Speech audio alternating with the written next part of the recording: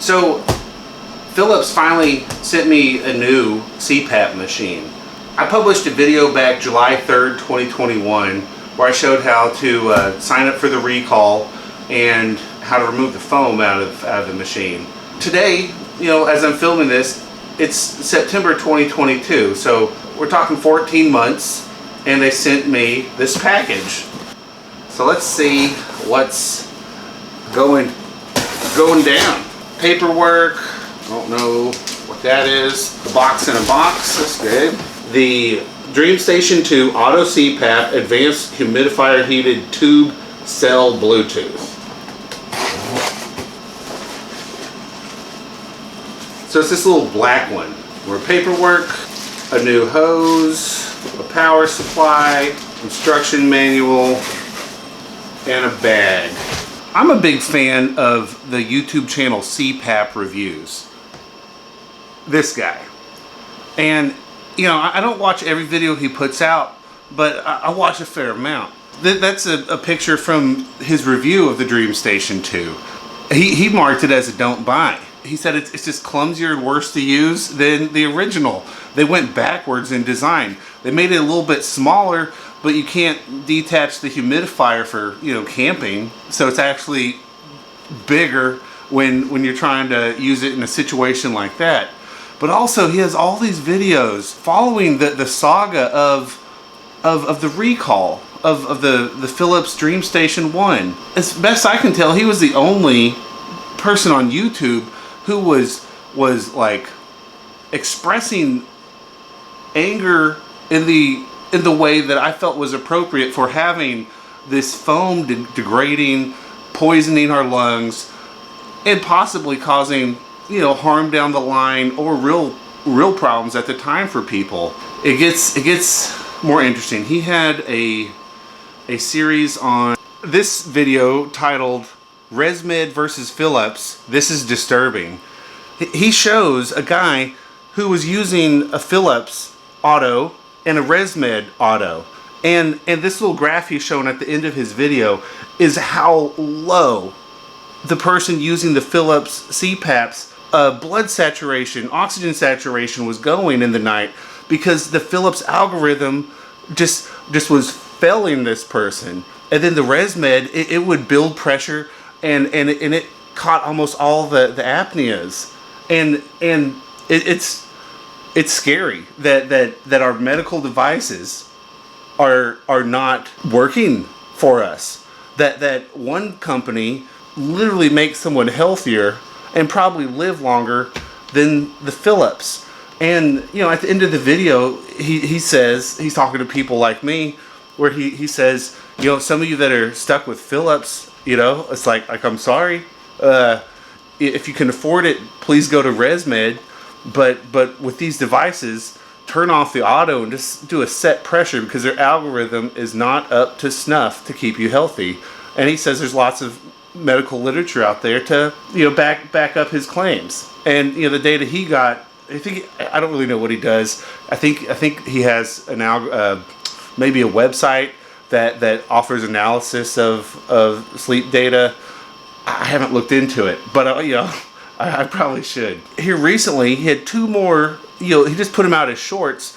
One of them was talking about the further recalls. The plastics were off-gassing inside the motor. And then he had another video where Philips is paying a lawsuit for straight up bribing people. And I'm going to link to all this stuff in the description if you want to find these things. But it's kind of concerning. I don't have money to buy a new CPAP, so I guess I'll be using this one. But it's kind of reluctant, honestly. Okay, well, I want to set this up to use it, so let's go through this paperwork real quick. Getting started. Please review the materials contained in this package to help you get started. In this box, you will find basic setup and return instructions, quick start guide, cleaning and inspection instructions, and a user manual. The return is something you gotta read the fine print to really understand the consequences. It says the enclosed device is being provided to you to replace your current device, which must be returned to Philips as soon as possible so that the old foam can be removed and replaced with silicone foam as part of the recall remediation plan.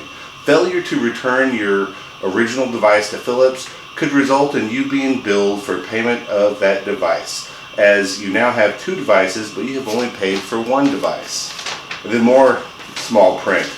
Thank you for your cooperation and assistance in connection with Philips' efforts to remediate the recalled Respironics sleep and respiratory care device. To expedite these efforts, Philips in many cases is or will be providing a replacement device and advanced exchange in advance of the return of the affected device. So basically they're like, since we're sending you a device, you owe us a device. And so that's what this extra shipping label is for that they send, is so you can send the old one back. Accessory cleaning and inspection instructions. Now this one, it says, before resuming therapy on your new or replacement machine, visually inspect the following accessories for evidence of black foam particles: tubing, mask components, mask cushions, and integrated tubing, humidifier tank and seals. If there is no evidence of black foam particles in any of these components, clean each component per their respective instructions for use, reassemble and resume therapy. If black foam particles are evident on any of these components, contact your equipment provider for replacement options. So that's no good. I think the only thing I really need from here is my SD card, so I can just put this whole thing away.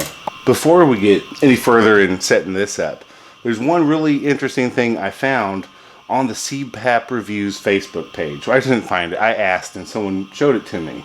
There is a preservation registry for your old device in case of lawsuits, in case you get sick, in case you get cancer, in case your lung capacity's been destroyed. And somewhere in here it said there was options for self-preservation and telling Philips that they have to preserve your device in case you're either in an active lawsuit or you may file a lawsuit in the future. So I'm going to put a link to this, but it's a preservation registry. I haven't filled it out yet because it's nighttime, but that might be something I do, because I'd like to keep mine around for evidence and for camping. Alright, so back to the setup instructions. It wants you to take your SD card from your old device and keep it for this one. And then it wants you to put power to it first. I don't know if they have the same resistor, because these power supplies, they have 3 prongs in them. They have a positive and neutral, and then they have like a resistor built in to the power supply to tell the device if it's using a recommended power supply or not. They won't turn on without that 3rd prong, and they could be different. I don't know. I haven't tested. I guess we could just plug it in to the old one and see if they're the same. Because if they were the same, that means I could use my 12-volt plug without any issue. Hey, it might be the same. I'm gonna go ahead and go to the new power supply just because I think that will be safer for it. Because electronics can age. Oh, if I can get it out though. Am I gonna break it trying to unplug it? Sweet Jesus. Okay. But I think that means that this device will work for me for if I have to camp with this. If I can turn off the humidity. I can't run the humidity on my batteries. Look at the difference in the size of the power brick. It really does appear that they have made this unit to a price point. They didn't add like any new technology, and they couldn't even afford hinges to open it up and do, make it more easy to use.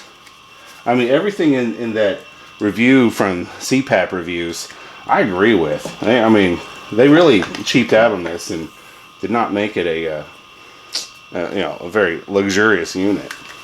All right, so new power supply into the, okay, the new unit has a little tab on it to help you unplug it. So that makes sense. So now it wants the SD card installed. Remove the tape. How's this thing work? Okay. So there's the humidifier with its lid. Yeah. Yeah, that is an inferior design. What is that? Why is that loose? Oh no, that's just to unhook it. That's the button you squeeze. So you have to squeeze that down to detach it. Okay, I'm starting to get it. So you squeeze that and you can pull it off. Oh, a little clumsy. What is that? So that's the filter. To change the filter on us, we're gonna have to buy new filter elements maybe. Okay, but the SD card goes here. It says give it about 5 minutes to upload your programming. Let's see. Your prescription has been updated. All right, cool. Did I just dismiss that? Does this thing work? Oh, it's slow. Tube, 15 millimeter. Is it 15 millimeter tube? It's a small one now. All right, so yeah, I jumped around a bit. Yeah, I put the power in, then I put the SD card in, and we'll get that 5 minute wait. But it wants to make sure we clean everything. So it wants us to clean the humidifier tank as per the instructions in the manual, and then to clean our mask. So I'm gonna go do that real quick. All right, everything has been washed. Let's go ahead and put this, animal dander filter in, or whatever they call it, a little HEPA filter. So it's just like they've changed it. So if you stocked up on the old ones, you're kind of screwed. Where does this go? I think it goes down here. Yeah, 2 arrows there, 2 arrows on this, and it just lines up. It didn't hold itself in, so you gotta hold it in place as you install it. I got the humidifier here.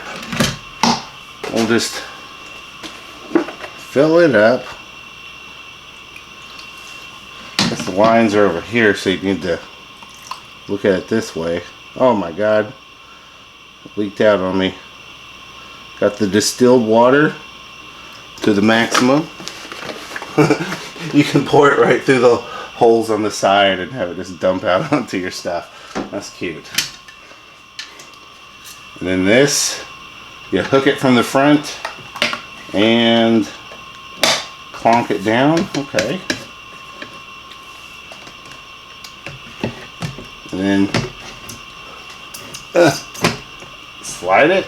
It's okay. I guess that's that. And then the hose. So the new hose is 12 millimeters. And it said this was programmed for, oh no, that's the on off button, isn't it? Back. God, this is so slow. Ooh, 15 millimeter. Oh, there we go. Just hold it. Alright, we're set for 12 millimeter now. Anyways, back to it. We'll plug that in there. And then we'll shove this in here. So one thing I just realized is it is kind of, this does have a quick disconnect of some sort. You can yank it apart. I didn't know that until I was, just now when I was trying to get it out of the old hose. I just washed it as a unit. I thought I'd break it trying to get it off. So that's good to know. So let's just see what happens. Okay, it starts at 10 centimeters of water.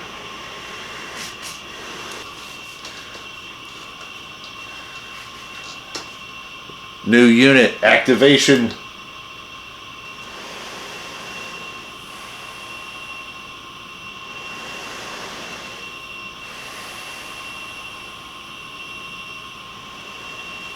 Yeah, it works.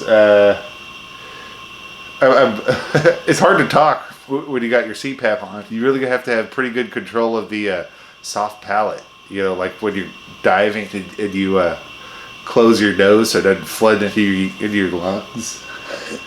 So it does have that new car smell. You know, the that smell of the VOCs, all the volatile organic compounds that come off of new plastic. So it's definitely new, and it doesn't smell like it's done off-gassing whatever has to off-gas from its manufacturing process. But there it is. I guess it's set up. I kind of want more pressure than 10. I wonder if I can do that. Because, you know, on the DreamStaion 1, you can hold a button and the other button, then it takes you into a programming mode. I wonder if there's a way here. I found a good... Oh my god, am I going to leak water if I tilt it? Do I have to take this off? Shit. Did that flood the machine already? Probably did. Alright, so it says hold this button until it flashes, and then you drag down. And you're in provider mode. Ooh, that's fancy. Let's go minimum pressure. 10.5. Let's just try that. We'll confirm it. Exit provider. Yes. Okay. So that's pretty easy. So just hold that till it flashes and you swipe from the top down. That's good. I'm leaking water everywhere. Jesus. Well, I guess we're good to go for the night. See how it goes, see if I feel better. My old DreamStaion, I'm still running it with the holes I drilled from when I removed the foam. So it might be affecting its performance this whole time. I mean, it probably was. At least its ability to know what it's doing. So I am excited about having a new machine. But I kind of do want to keep the old one still. I got onto the CPAP Reviews Facebook page. And oh my god, the community they have is excellent. I mean, there's tons of active people giving you good, actionable, you know, tips and tricks and advice. You know, their thoughts on legal issues or whatever. So I asked the question, you know, should I send back the CPAP or keep it? And I got the link to the preservation information where you can register to self-preserve your device for future evidence in a lawsuit. But also, it seems like the prevailing attitude is kind of like, F you, Phillips, you know? It's like, no, you don't get my machine. You don't get to destroy the evidence. So that's pretty interesting. But anyways, this community that Nick has built alongside his co-developer Adam is like good. So I mean, if you're not part of that, I don't know why I waited so long. I think you should check it out. So this DreamStaion preservation registry, there's a link down here, you know, DreamStaion 1 device. You click this link to open a new tab, and then there's also a part here to you know, upload the form after you fill it out. And so basically this form, it's all this, you know, legal jargon. Looks kind of like a divorce decree or whatever. But you scroll down, all the way down past all this nonsense, and this is what you fill out. So, you know, name, date of birth, address, device serial number, and then who's going to preserve the device. Are you going to self-preserve it, or is, you know, you're going to send it to Phillips and demand they preserve it? And then, you know, have you filed a lawsuit or not?